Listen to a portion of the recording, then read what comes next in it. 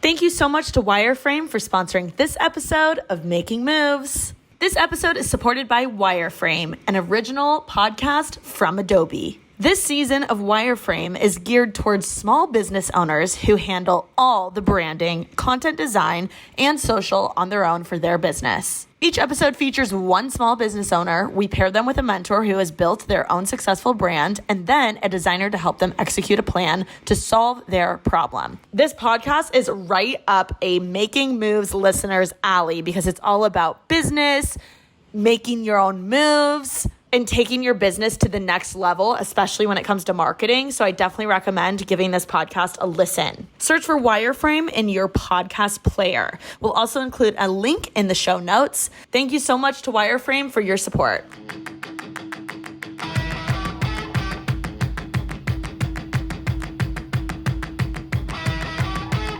Hey guys, welcome back to another episode of Making Moves. I'm here today with the very talented James Morosini. Hello. Hey, how are you? I'm good. I'm Welcome just to the noticing studio. this. I like it. Thank you. It's like someone's shooting you with money, but it's not fun. I mean, it is fun. It's not like it's not lethal money. Yeah, you know? It's like, we're making business moves, money moves, dating moves on this podcast. So, it's a little I aunty. wish that's how I was paid. Me too. Someone's like, all right, you made your money. That would be epic. Yeah, they came to your house and they're like, all right. And they're like, here's your just check have to for the come. month. Yeah, yeah. Anyway, I was going to explain your title, but I feel like you do like 80 million different things. So do you want to explain what the heck you do? Because you do so many different things. I guess I consider myself a filmmaker. I was gonna say I consider myself a storyteller, but there's something about that makes me kind of cringe. No, you really are though. I make movies and I act, and that pretty much sums it up. And where are you from? Like, give me the little brief elevator pitch. Like, where are you from? How did you get to where you are in 2 minutes? Okay, 2 minutes. Yeah, All or right. I'll give you 5. I grew up outside of Boston. I went to USC for theater and film. Okay. Undergrad? Undergrad, yeah. And I grew up always making movies and shorts with friends and stuff. Went to USC, did a lot of theater, continued making a lot of shorts. And then once I graduated USC, I continued making stuff. I made like a web series. There was like a catalog of awkward moments. Each episode was like a different super awkward moment. Oh, that's great for like a digital series. It was fun. And then after that, I made my first movie, Three Something. And then most recently, I made I Love My Dad. That's been my creative trajectory. Got it. In about 2 minutes. Yeah. So growing up in Boston, did you were you a theater kid or how'd you get into it? Or how did you know you liked or you wanted to make movies? My uncle was the actor Christopher Reeve. Oh, wow. Who played Superman. Oh my gosh. Yeah, so I just looked up to him a lot growing up. And then I was always just making like dumb jackass kind of videos. Like I was a big fan of CKY growing up, which is like pre-Jackass.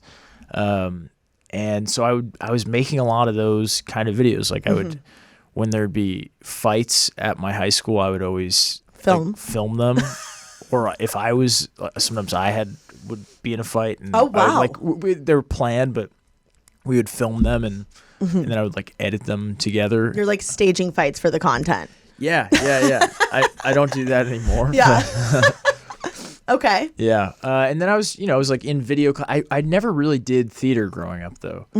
Did you do theater? Not really. I was more of I grew up in a sports family. So that's why I'm always very impressed with people in the arts because I'm I feel like I didn't have that natural integration into that. Whereas my parents were play basketball or do you know what I mean? Play tennis. I wrestled, I boxed, and then I was making these videos. And then once I graduated high school, I started doing theater. Okay. The first play I ever did was a play with Peter Dinklage, actually. Oh, wow. It's called Knickerbocker in Western Massachusetts at a theater festival. I had a really small part in it, but being around all those folks really, I started to really enjoy it. And I mean, the cool thing about theater is you're spending so much time on the same story. And so you really, I don't know, I prefer it acting wise, but there's fewer opportunities to do it out here. Got it. Yeah, I know. I feel like once you're here, things just like fall into place or opportunities come you wouldn't really imagine. Yeah. But did you think USC was worth it? Worth it in what sense? Like, do you feel like you could be where you are now? I think I probably would be. Okay. Yeah, but I think it was also really, I learned a ton. I mean, just being in that environment where I was spending 4 years just like really geeking out on film. And it's a very lucrative program. Yeah. I definitely learned a lot. And there, they'd have screening series. I would go to all of the movies that they'd show, and they'd have people come in and talk. And so I feel like I was learning a ton about just how to make movies throughout my time there. And then I was also doing many of the plays, and I met some of my best friends there. I made a movie before I Love My Dad that I worked on with someone I met there, and the first big acting job I got was from someone that I met at USC. Oh wow! For a Comedy Central pilot, who he had directed a movie in when he was at USC, and then that got turned into a pilot, and we did that for Comedy Central right out of the gate. Got it. I was gonna ask, did you have anyone from your days at USC that you had help you with I Love My Dad?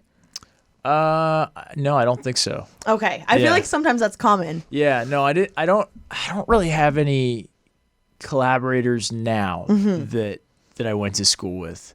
But definitely. Yeah, I mean, it was useful. It was like, I mean, just also, I was learning about a lot of other things besides film. Just exploring my other interests, and I think it was useful for that. What do you feel like was the biggest takeaway from going through that program? Because I feel like it's so lucrative, it's so expensive, and it's like kind of on a pedestal in my head, like going to USC for film.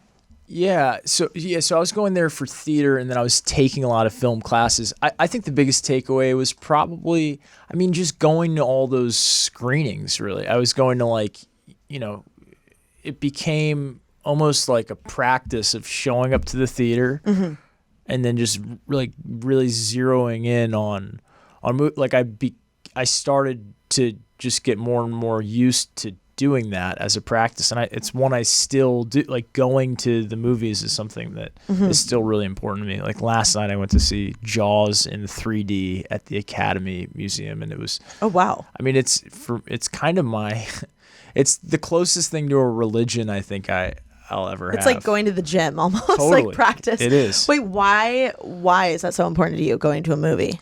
The idea of just concentrating on one story without looking at my phone and really like letting myself sink into it. It's a great question. Why is it so important?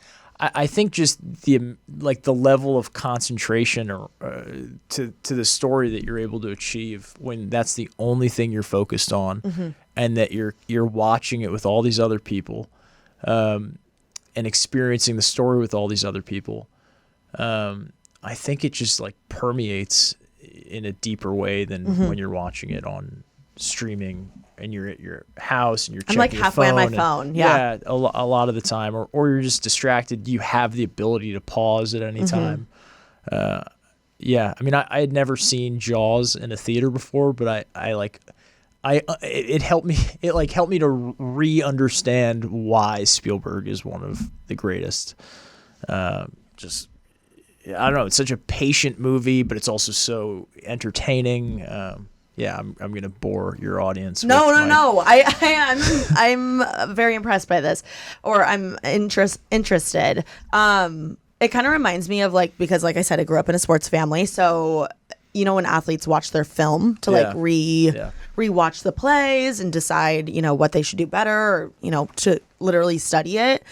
I'm wondering, do you go into movies that you've seen before and kind of study it or see it through a different lens? Because sometimes I'll rewatch stuff and I'll pay attention to the editing more, or the titles, or the comedic timing, just because I'm like thinking, how can I be inspired by this, like for my own content? Is that how you kind of watch it too? Yeah, I do.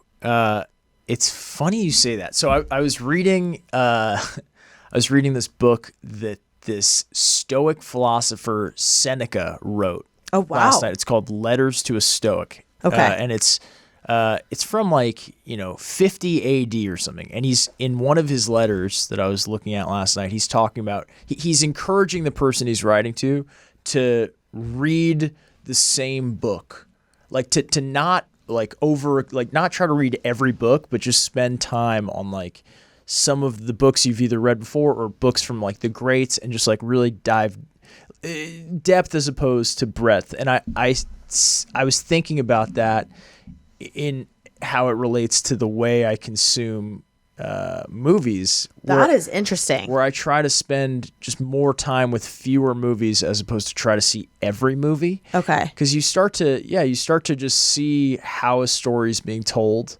and how deliberately it's being told. And when you make a movie, you're seeing it. I've seen my film I Love My Dad probably hundreds of times at this point.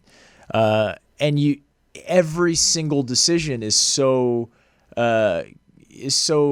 calibrated toward the audience's experience, and so then it helps you kind of understand how other filmmakers are making their decisions, and it helps you appreciate just the slightest decisions.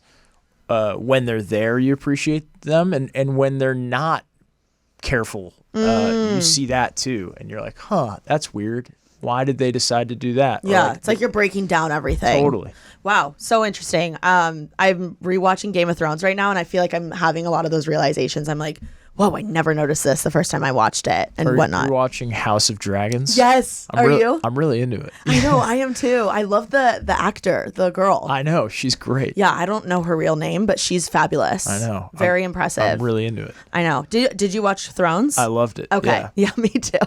HBO is slamming it right now. They're slamming it. Yeah, they're slamming it. This episode is supported by Wireframe, an original podcast from Adobe. This season of Wireframe is geared towards small business owners who handle all the branding, content design, and social on their own for their business. Each episode features one small business owner. We pair them with a mentor who has built their own successful brand, and then a designer to help them execute a plan to solve their problem. This podcast is right up a Making Moves listener's alley because it's all about business, making your own moves, and taking your business to the next level, especially when it comes to marketing. So I definitely recommend giving this podcast a listen. Mentors on this podcast this season include Chris Dew, Courtney Quinn, aka Color Me Courtney, love Color Me Courtney, by the way, Phil Wing of Wong Fu, Hilton Carter, Ellen Marie Bennett, and Deja Fox. The designers include Shessa Garbert, Elaine Lopez, and Kyle Webster. This season features episodes like a realtor learning how to make engaging educational content for homebuyers on Instagram and TikTok, a coffee startup learning how to share their founder story and add more personality to their content, and a content creator learning how to use color on his website to tell his story and move merchandise. I checked out episode 1 from season 5, where Courtney Quinn, aka Color Me Courtney, gives all the tips and tricks on how she helps Will rethink his entire website and include color. The reason I love this podcast so much is because I feel like they actually get into the nitty gritty and provide tips and tricks that are practical for you guys to use in your own businesses. And I feel like there's so much that I've learned just listening to it. And I feel like I've been in this business for quite a bit now, and I still learned so much new information from this podcast. So I definitely recommend giving it a listen. Search for Wireframe in your podcast player. We'll also include a link in the show notes. Thank you so much to Wireframe for your support. I want to do a quick game. It's called Hot Seat. So basically, I'm going to put you in the hot seat. I'm going to ask you, rapid fire questions. Okay. Hopefully it's not too hot. Okay. Yeah. Hopefully it's not too hot. First one is, what's your favorite movie of all time? Oh gosh, it's already. Probably The Godfather. Other than that, it'd be like Apocalypse Now. My favorite obscure movie is a movie called The Bear. It's a French film, and there's pretty much no dialogue throughout, and like it's just about a bear, and like it's all from the perspective of this bear, and they got a real bear to be in the movie, and it's beautiful and so compelling, and they like you understand what the bear is thinking the whole time and like how it's navigating the environment, and is there dialogue? Later on in the movie, some hunters appear, and there's dialogue from the hunters. But other than that, it's like the bear, and like at one point, the bear eats wild mushrooms, and then so is like tripping out, and parts become animated. And it's awesome. Wow. Okay. What would you say is your favorite movie that's like a little bit embarrassing to admit, though? Like another good movie. Like mine would probably be like Cheaper by the Dozen. Okay. Do you know what I mean? Yeah, I would say kind of my guilty pleasure Freddy movie. Got Fingered. Okay. I haven't seen that. Yeah, it's a Tom Green movie that's just like, it's just all over the place, but it's kind of genius in its own way. I mean, other than that, the movie I've probably seen more than any other movie. You know how back in the day you'd order a movie and you'd get it for like 48 hours? Yes. And that was the only movie, like and it would just like play over and over. I remember one time I ordered Dude, Where's My Car? Iconic. Is that Ashton Kutcher? It is, yeah.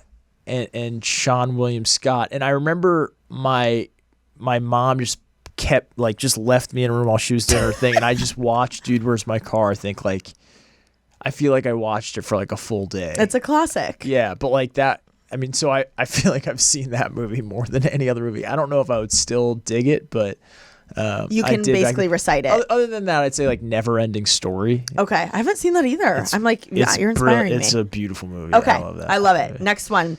What is your ideal character to play in a movie? I guess other than yourself. My ideal character to play in. I like playing things that are subverting something we've seen before. So like the thing that I would love to play is like a really insecure superhero, or like somebody who's like really messed up and is like, I don't know. I like subverting things that already exist. Like seeing the other side. Yeah. Just seeing like what's a layer to an iconic kind of character or archetype, and like what's right beneath the surface. I think I'm excited most by that. So interesting. Okay, cool. I love that. If you didn't play yourself in I Love My Dad, who would be your dream person to play you? I think Lucas Hedges is really talented. Or there's that kid, I forget his name, the kid from Ozark. Okay. I'm blanking on his name. I don't know the name either. He's super talented. I mean, I talked to a lot of great actors. Christopher Mintz-Plasse would have been great. Well, I saw you in an interview or like a Q&A after your screening. You were saying that you thought about or you tried to have people play you, and then you guys ultimately decided you would be best. Yeah, we decided it was just more interesting to watch the person on screen, knowing that a version of what's happening happened to them. Yeah, I'd never seen that before, and so I was it's actually insane. Yeah, I was kind of just creatively excited by that, and I wanted to. I don't know. I'm always drawn to like what the riskiest creative decision is going to be, and that path just felt the most exciting to me. Got it. Okay. What subject did you thrive in school? Not many. I mean, probably English, or video. Like I took video class, and that was just us. It's like a media type. Okay. Essentially, like a school news. It was more. We had that. Were you on that? Did you do that? That's awesome. We like gave the school news. Oh wow. There's usually not that much news to give to school, right? I mean, what would you say? You'd be like, we won the weather. Yeah, we won the pep rally game. Right. Stuff Signing like that. off. No, probably video class. I would just be like, we'd go off and make stupid little shorts and stuff. Got it. I love that. Yeah. What is your phone wallpaper, and can you explain it? Yeah, it's pretty geeky and embarrassing. That's a great question, though. Okay, so it's basically like, when you're a filmmaker, you're essentially freelance. So you don't know necessarily exactly what you're going to do every day. And so my phone wallpaper is basically, I don't know if you can see it. It's like, it's not showing up, but it's basically a breakdown of like if I don't have anything going on that day, what an ideal day would look like. Whoa. Like hour by hour, which is So it's like a screenshot from your notes app? It's like a screenshot from like I broke down like an ideal day. What's an ideal day for you? Here, I'll tell you. I mean, it's like writing for 3 to 4 hours. Okay. And then like doing work, and then like watching a movie or reading something that that's inspiring. What's doing work? I guess like reaching out to, if I'm like trying email. Yeah. Okay. I feel best about my days when I've spent like 3 to 4 hours in a state of deep concentration on whatever I'm trying to move forward creatively, and really spending time where I'm not distracted by anything. Got it. So I try to preserve that time as much as I can. But then, I need parts of my day that are reserved for like, if I'm trying to produce a film, or if I'm trying to just get something going, I try to be deliberate about my time in that way. I'm not always successful. And analytical. Yeah, exactly. Do you, when you're writing for 3 to 4 hours, can you like kind of explain to me what that means? Like, are you following a prompt? Are you just letting your hand go? Or are you typing? Like, give me the deets. I love it. It's different depending on where I am. Okay. With each project, and honestly, that's a question that I'm always having to ask myself. Like, what does the work literally look like today?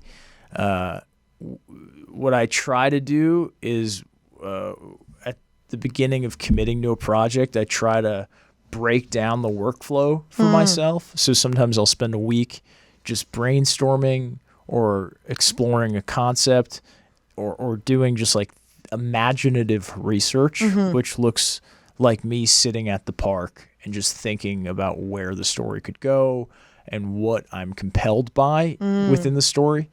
And then I'll spend a week or so, and this varies, but like sitting in my office and putting cards up on the wall and seeing like structurally how the story's going to be best told. And once I have that, it's just like iterating and getting more and more specific about that until I can really see the whole movie in my head, almost the whole movie.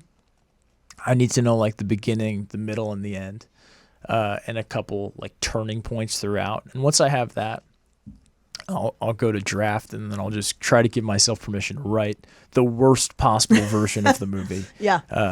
And I'll just I write it pretty much just for myself. Okay.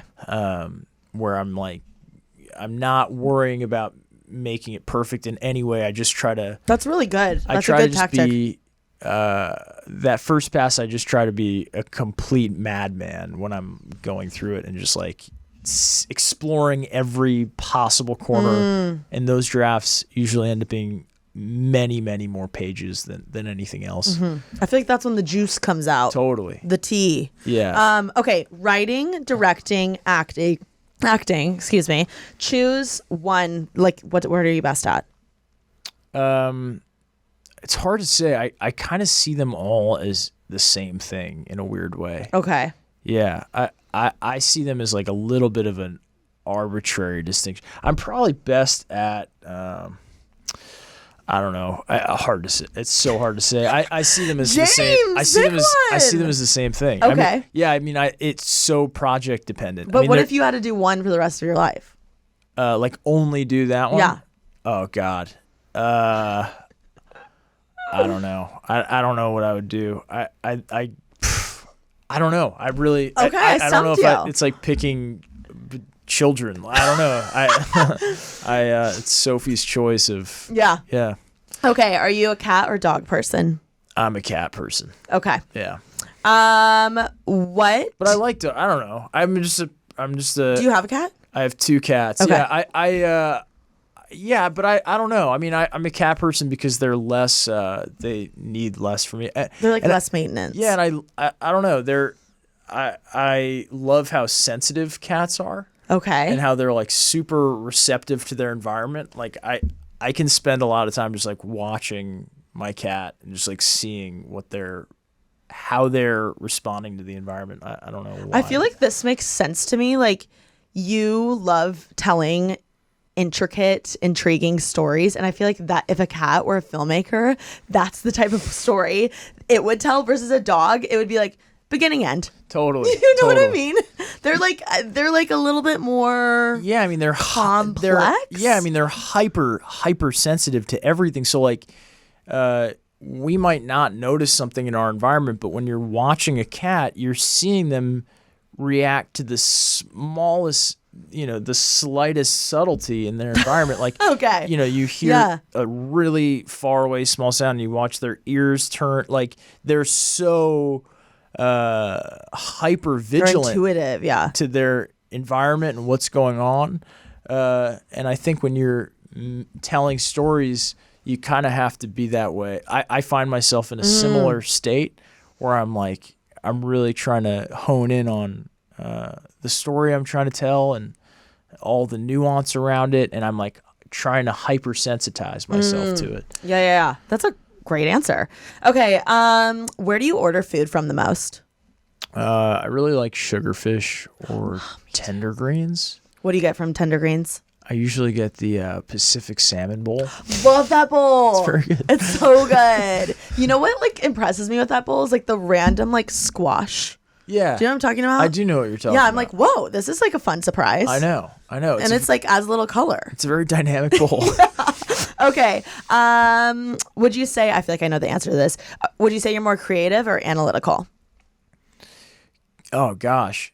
It really depends on the day and where I'm, like, what stage of a process I'm in. Like, when I'm trying to produce a project, I'm like in a analytical zone. Yeah, I'm in like chess mode. I feel like I'm trying to figure out how to actually get it done. I love that. I'm gonna start saying that. I'm in chess mode. Yeah. Don't bother me. Yeah, I'm like, all right, how do I make these plays to actually accomplish this goal? But then when I'm like trying to, and it's funny, my personality will completely shift depending on which mode I'm in. Like if I'm in a creative mode, I'm just all over the place. I can't be analytical when I'm like in my creative mode. No, same. I mean, I feel like a different person. But then when I'm in kind of a more strategic headspace, it's almost like I find my attention like narrows and I become like just a lot more literal as I'm like, all right, I become like more serious and less playful. Yeah. I love that. Okay. What's your favorite show to binge? I mean, I watch Sopranos over and over and over. I need to watch it. I mean, it's the best show ever made. I okay. think. I mean, it's like so comforting to me. I don't totally know why. I think I don't know. I can literally watch it from beginning to end. Oh, I've probably seen it beginning to end like three or four times. Okay. I need to watch it. It's the best. And then last hot seat question: what is your favorite movie snack when you're at the theater? Movie snack? I mean, probably popcorn. Yeah, it's a classic for a reason. Yeah, I mean, I like popcorn because you can never. It's like you just have to keep eating it. I don't know. That's a stupid. Like it's like it doesn't. You don't satiate your appetite with like you. Yeah. You want more until you've had too much. It's like a fun little It's like the act of doing this. Totally. Like I don't know. It's fun. And you're also like participating in this like iconic activity.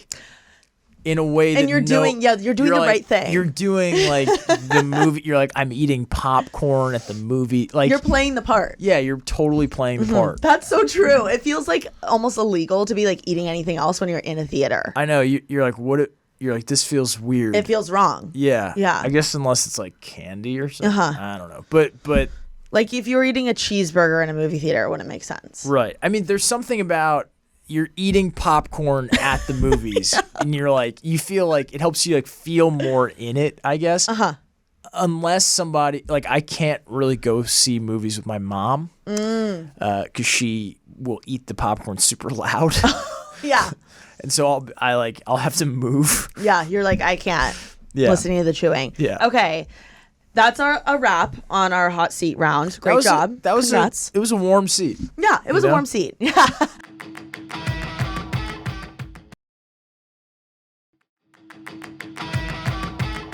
Okay, I want to talk about the obvious movie you just made. I Love My Dad. I watched it.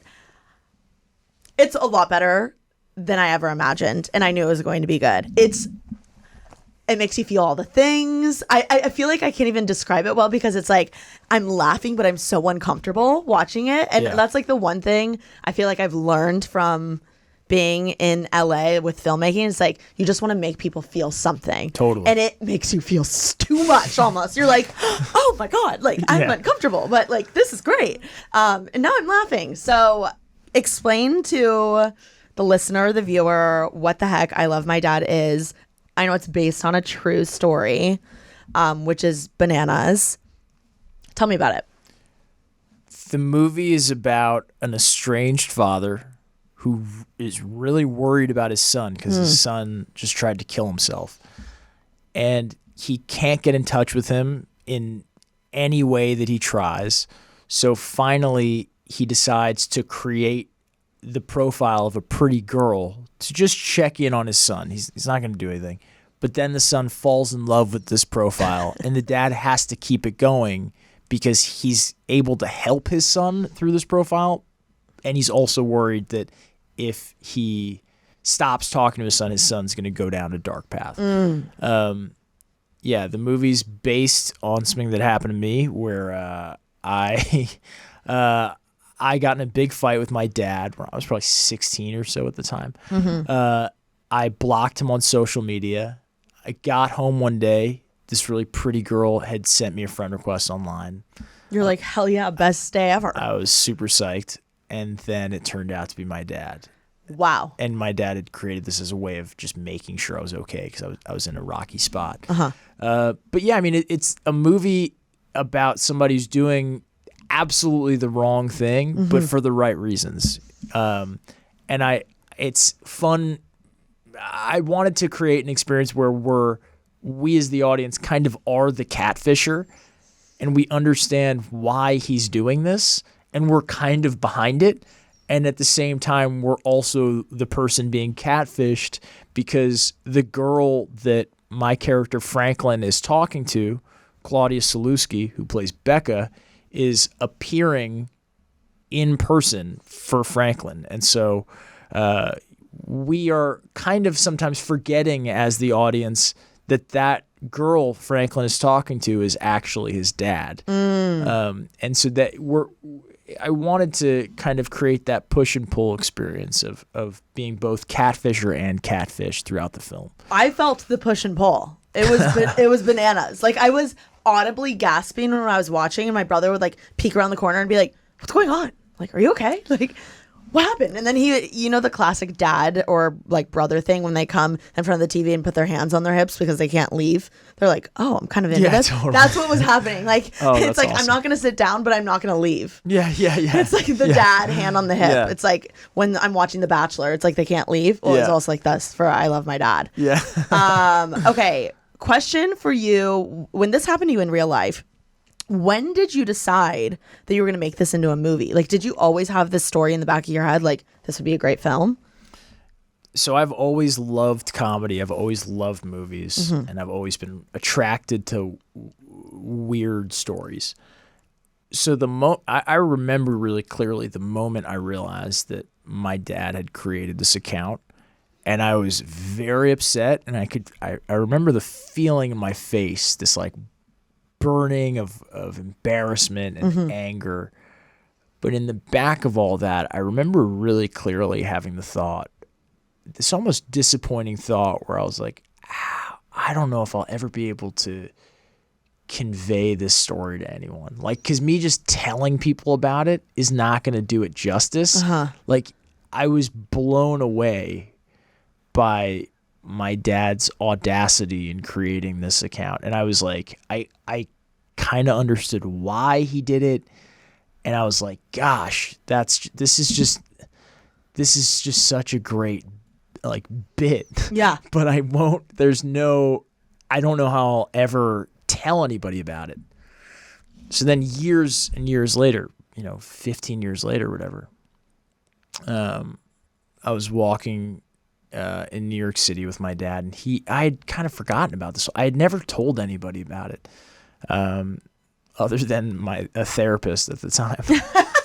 Makes sense. Yeah, naturally. And I was walking with my dad, and he reminded me of it, and I was looking for my next story, and it just kind of struck me as that this could be the one. And then when I realized the device of people appearing in reality in the story, that's when I knew I wanted to make this movie. What do you mean appearing in reality? Like in the movie, we see we're personifying the text messages. Yes, I thought that was genius. Thank you. As the person that is messaging Franklin is his dad, but he's seeing the girl that the profile is represented. In real life. In real life. Yeah, like she's there. She's appearing to him. And when I realized that that's how I wanted to execute the film, I knew that I wanted to really make it. Because prior I was like, I can't have audiences just looking at phone screens for an hour and a half. So that's kind of when it clicked into place for me that that's how I was going to make this film. And was it on actual Facebook that the account was happening? In reality? Yeah. Yeah. Okay. Yeah. Wow. This is like, I mean, it's one of those stories where you're like, I can't make this shit up. I know. And you literally can't. Which is crazy. Okay. So what was your, I guess, first step? You have this crazy idea. Yeah. You're like, this happened to me. How the heck do you execute something like this, like as a filmmaker? So whenever I'm struck by a surge of enthusiasm, I'll start putting everything I can possibly think into my notes in my phone. And I'll just start, like, I'll try to clear my brain so that none of it is existing in my head anymore. I'll try to just get as much of my creative love. Yeah, I'll just get it out into my phone, and it kind of clears the slate for new things to emerge. Mm-hmm. And it'll kind of accrete around what's already down, if that makes sense. Mm-hmm. Like, it'll help me. I'll just purge creatively all of everything that's on my brain into my phone. And then slowly structure will begin to emerge, where I'll be like, okay, well, what's the beginning? I'll be like, oh, that's where we start the story. And I'll start to understand like the perspective of the story. And it's really like I try to get out of the way of the process as much as I can. And just that's an interesting way to put it. Yeah, and just like I'll try not to overly manipulate it, and I'll just try to like follow the fun of whatever it is. At a certain point, that withers, and you start having to think about it in a more, once you've spent months and months with the story, you're not necessarily burning with the same degree of passion that you were when you first had an idea, and you're having to think about it more like, okay, well, what makes the most sense? But in that beginning, I feel like I once had it described to me, like you get that initial flash of inspiration is like a camera flash of a room, and you have to write down as much of that room as you can remember in that moment, because it starts to fade, and you start to lose the detail of that room. And so I when I'm first struck by an idea, I feel like there's an urgency to it, because it's slowly, that feeling of excitement is slowly fading the longer and longer I wait. That's so true. Yeah. And then when you're writing in your notes, Is it like, what does the note look like? Is it bullet points? I'm like a big bullet point writer, or is it all over the place? Is it words? Is it sentences? Is it paragraphs? It's pretty all over the place. Some of it is, some are sentences, some are bullet points, some are directives to myself. Go rewatch this, read this. I'm like, sometimes I'll get insight into how I need to, how I am going to need to tell the story, what I'm going to need to tell the story. Like a to-do list kind of? A to-do list. So that's sometimes in there. And then a lot of it is like just bullet points, structurally fun ideas. And then I'll try to make it as clear to myself, like what I'm thinking. And I'll just kind of be rambling as much as I can so that it's clear to me once I read it again that I know what the point of what I'm trying to say is. Yeah. Yeah. And then after that point, is that when you, like, the next big step is writing the script?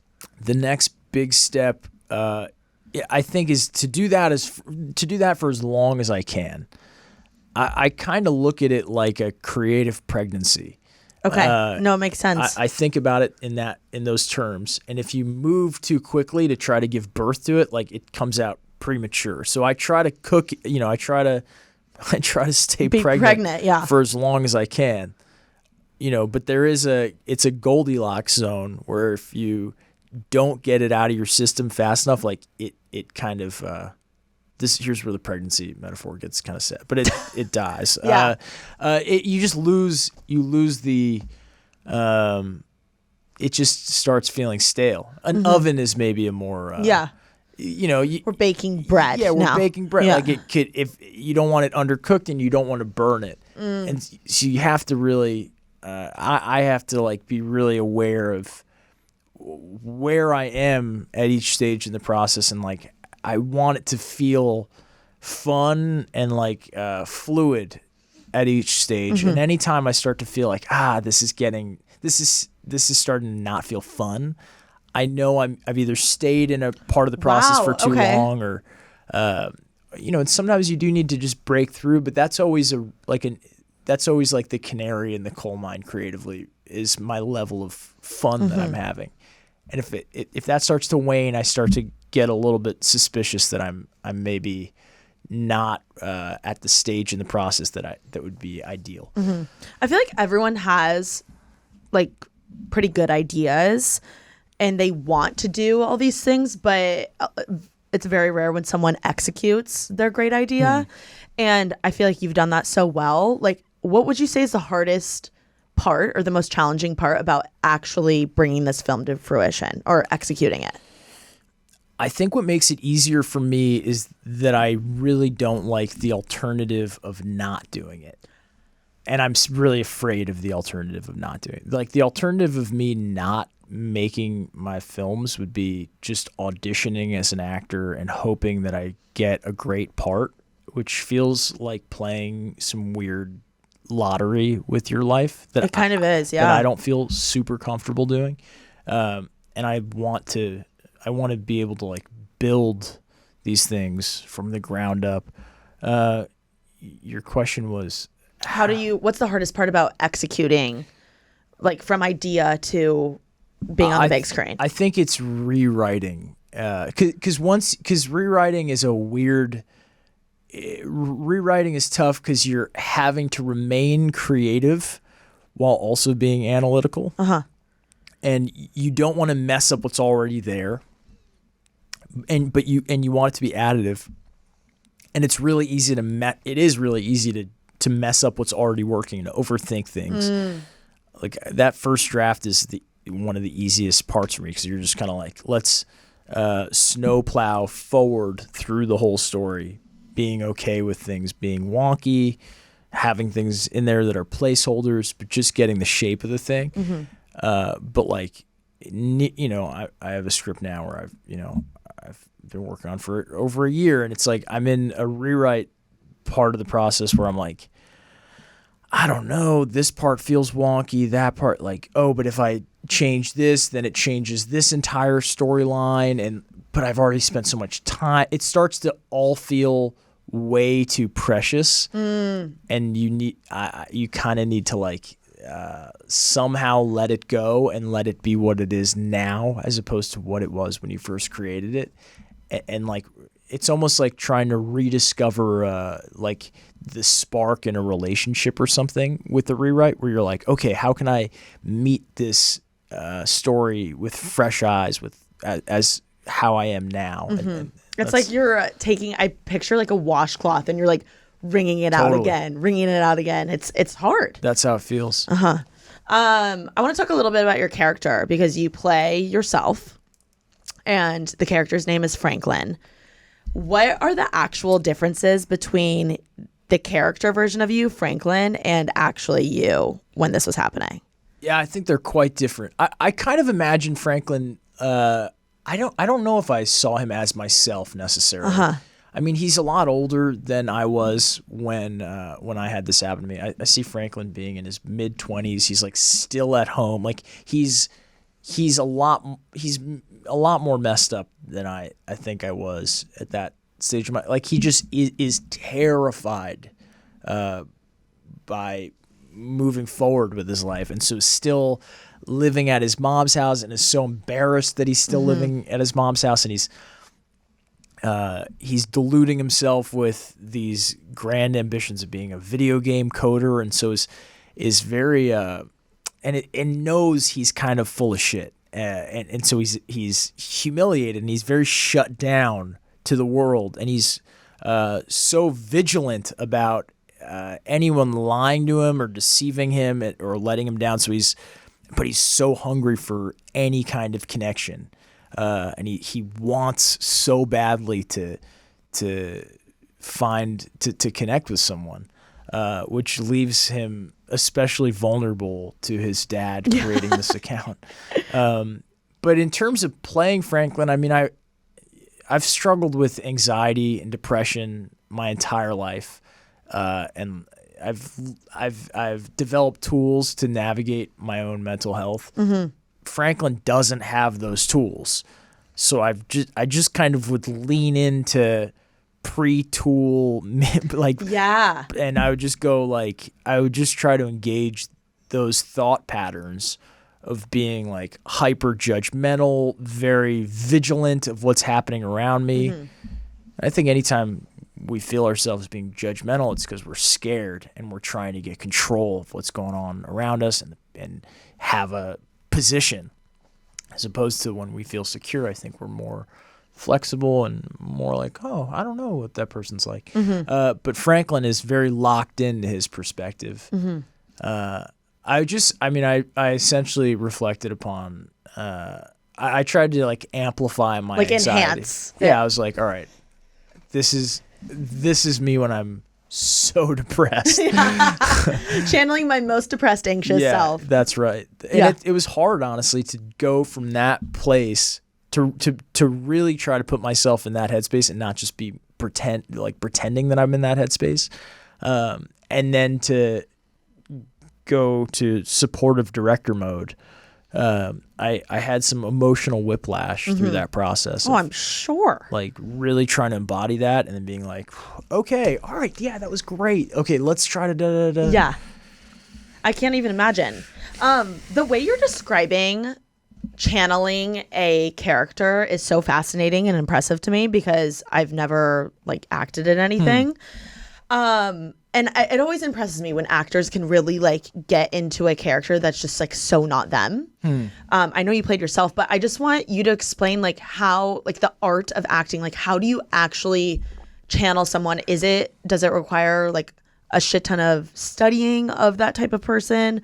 Are you like, what are you telling yourself when you're like trying to channel someone that's completely not you? Yeah, it's a really cool question. I mean, I think it comes down first to spending a lot of time with the material.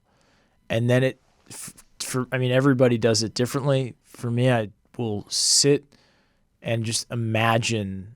I had a teacher say like wish, worry, and wonder, and that's essentially what I try to do from the perspective the person I am in the story. Like what their wish is, what their worry is. Yeah, like I'll be like, as Franklin, it's like, gosh, I hope this girl likes me, and I hope that, I hope I don't freak her out. And what if I try to do this? And what if maybe I should wait before I contact her again? And I'll think about it. I'll try to get as many of those actual thoughts to trigger as possible. And then I'll wish, and I'll go, oh God, it's going to be so great to meet up with her. I wonder what she's like in person. What if she's different than how she is? Is there any chance that she's not who she says she is? Maybe I should ask her to video chat, but I don't want to freak her out. So is there a way I can do it that's not going to alarm her? And I'll ask all of those things to myself. And then I'll also just, try to wonder. And I'll be deliberate with the time I'm spending with this process, where I'll set an hour and a half, 2 hours aside, where I'm not paying attention to anything, and I'm literally it's like structured daydreaming. Yeah, it's so bizarre. Yeah, I'm really trying to develop as much of a relationship to the elements of the story as I possibly can, so that I really have a strong perspective about the story. It's like the extreme sport of like playing pretend, right? Daydreaming. Yeah. I mean, you're essentially playing cops and robbers. Yeah. You're playing house as an adult, and you're trying to make it as real for yourself as you possibly can. And ideally, I don't know. I had a teacher say, worlds, not words. And this idea that instead of just saying lines, you're connecting to the meaning of all these things, less so than you are just saying the line as written. So ideally, when it's going well, you really feel like you're trying to express something, and that you're not having to play pretend. You actually feel these things. This is how you would actually play in that world. Yeah, and you feel authentically compelled to express whatever you're expressing, and it's odd being an actor. There are people watching you, and that they're trying to understand the story from however you're behaving, and it's easy to get self-conscious. And the only time that you're not going to feel self-conscious is if you're so focused on another thing. And so a lot of the work is just how do you make something more important to yourself than the idea of being liked by the people watching you, or trying to show them how great you are as an actor? How can you almost get so distracted? It's like when you're a little kid and you're playing, when you were so into what you were doing, and if your parent was watching you, you wouldn't notice, Yeah. You're trying to kind of get into that headspace of letting something completely capture your attention. Wow. That is very impressive. It's always, I guess when someone's playing someone that I'm just like, I can't even relate to that. Like, I'm sure at one point they couldn't either. So it's always impressive to me. I'm like, how do you get to that point? So yeah. Very cool. Speaking of acting, I want to talk a little bit about your actors in your movie. How the heck did you go about casting? Specifically, I have to talk about my girl, Claudia. How did you decide on Claudia and the rest of your cast? It's funny because Claudia Sulewski plays Becca. My character's imaginary girlfriend in the movie. And it's so good. It's incredible because she's really playing multiple people in the story. She's playing Franklin's imagined person. She's playing the real Becca that's just totally different than how Franklin's imagining. And then in a way, she's also playing Franklin's dad. And she's changing and having to navigate all of that through the story. When I first met Claudia, I didn't know a ton about her, but she just had clearly invested so much energy into preparing the material. She had such a specific take, and she was also so collaborative and thoughtful about the story, and really got the joke. And I could tell she had a genuine enthusiasm for the story. And so it felt kind of like we auditioned a ton of people for that role, but she just had. It's a very vulnerable thing to fall in love with a story, because you might not get it. It might not go your way, but I could tell she had fallen in love with the story in a way that is really appealing for a filmmaker. It's also funny. My dad's name in real life is Claudio. No way. Which is pretty weird. I mean, Claudia and Claudio are already kind of that's unusual crazy. names. Yeah. I feel like I don't know that many Claudias. No.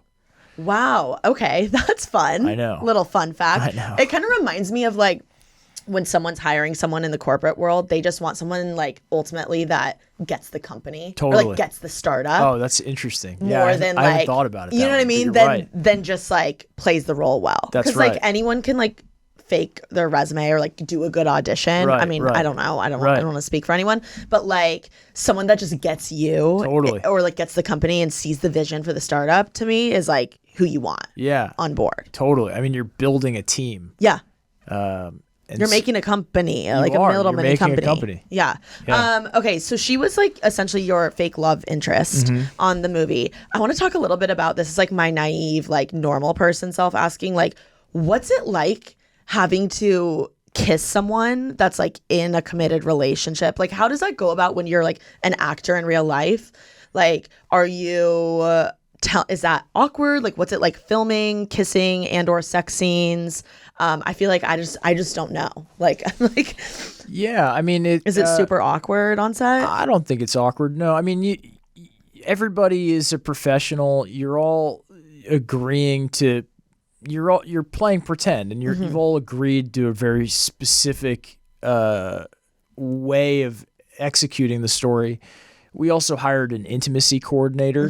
What does that even mean? So it's somebody to basically it's almost like a choreographer for these more intimate moments in a story.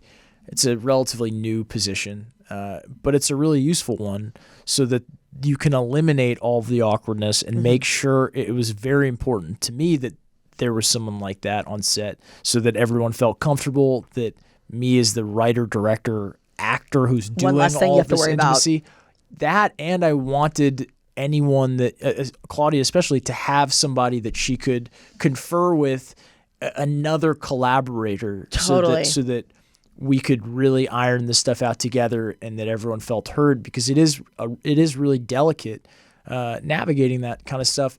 Ultimately, you're choreographing it like a dance. So there's nothing unexpected. It feels just different than real intimacy does. It's not, it feels like you're doing a dance, and it's like you're following the movements of the dance, or the choreography. Yeah. And a lot of like sex scenes are the least sexy thing you'll ever do in your life. I'm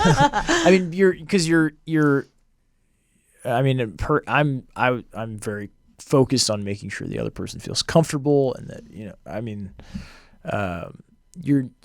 you're doing it with. I feel like real intimacy you're doing with like a sense of abandon, whereas this is the opposite. You're doing it with extreme caution. Yeah. Yeah. I was going to say, like, do you ever pick up some like new choreography skills from like being on set and like implement them into real life? I haven't yet. But. Okay, cool. Yeah, I think that's really interesting. I feel like I would get so nervous. I don't know, with like all the cameras around. Like, you forget about that when you're watching the film. Right. Like the amount of people that are on set watching. Right. I don't know. I mean, it's everybody is ideally a professional, and everybody's done it before. And so you're kind of like, there's really specific protocol that we followed, where it would be a closed set. We'd clear everyone out so that we could really create a space where we all felt more comfortable. But it's it's a delicate thing, and I think because everyone is being so aware of navigating that situation, it's less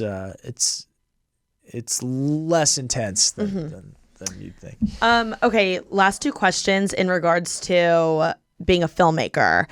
What advice would you have to like your younger self, like an aspiring, filmmaker, little James that's at USC right now, and they're like, I don't know how I'm gonna get a job. I don't know anyone. Don't just moved to LA or whatever.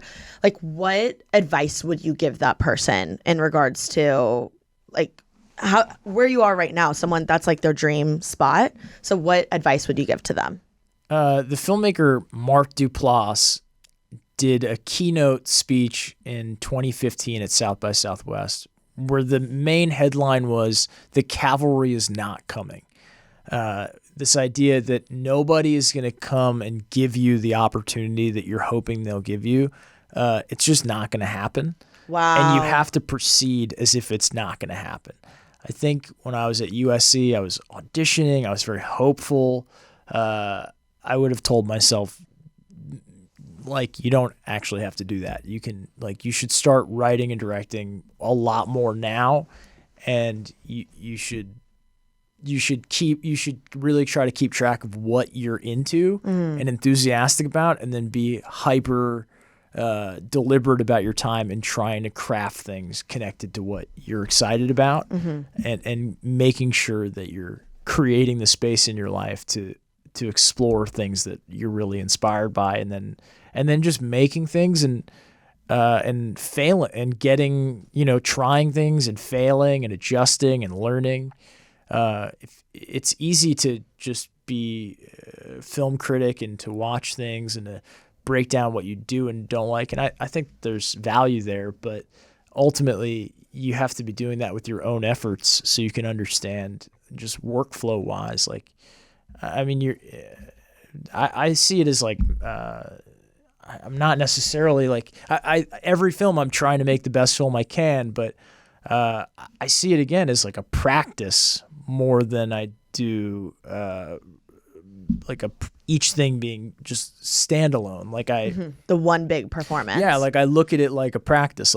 I do the thing that I think is going to be the best for this particular project, and then I reflect upon how that effort went, and then I kind of recalibrate and adjust, knowing that I'm not going to be right a lot of the time, but that a lot of, throughout the process, you have opportunities to adjust and get more honest with yourself. And get better. I feel like the more movies you make or the more videos or whatever it is, you'll inevitably get better. It's almost like creative archery in a way. You shoot, you're like, oh, I missed. Yeah. I'm too high, and then you kind of adjust the bow. It feels like it's like more extended version of that. Wow. Okay. I love that. Okay. Last question is to go along theme with the pod. What are you doing to make moves right now? Are you writing something else? Can you give us a sneak peek? Yeah, I have a couple movies that I'm really enthusiastic about, and then I'm working with a company we're gonna write a show together. I'm gonna write a show for them. Oh wow! Which I'm excited about. Congrats! That's amazing. Thank you. Yeah, so exciting. I'm really excited. And yeah, I'm acting in a movie next month, which I'm really looking forward to. And you already filmed it and everything? No. You're starting it. Yeah, yes. I'm going next month. That's so fun. Yeah, it'll be cool. And I don't know. I mean, so it's a mixture of writing and preparing for that, and yeah, those are the moves that I'm currently making, and I hope someday soon someone shoots money in my face with yeah, with money for your next movie. Yeah. Here's the budget. Yeah. Okay, where can everyone follow you and watch the movie I Love My Dad? It's so freaking good, guys. You have to watch it. I'm on Instagram as James Morosini, and you can find I Love My Dad on Amazon and Apple and anywhere that you can rent or buy movies online. I got mine I rented mine on YouTube. Oh, there you go. So Cool. The more you know. Definitely go watch the movie. Follow James. I guess, DM him if you like the movie. I'm giving you unsolicited DMs right now. I look forward to it. Yeah, go watch it. And thanks so much for coming on the show. We learned so much today. This was so fun. Yeah, you were great. I'm very impressed with your creative process. So excited to see your future projects. Thank you so much. Yeah, awesome. All right. Bye, guys. Make someone's day this week. Peace.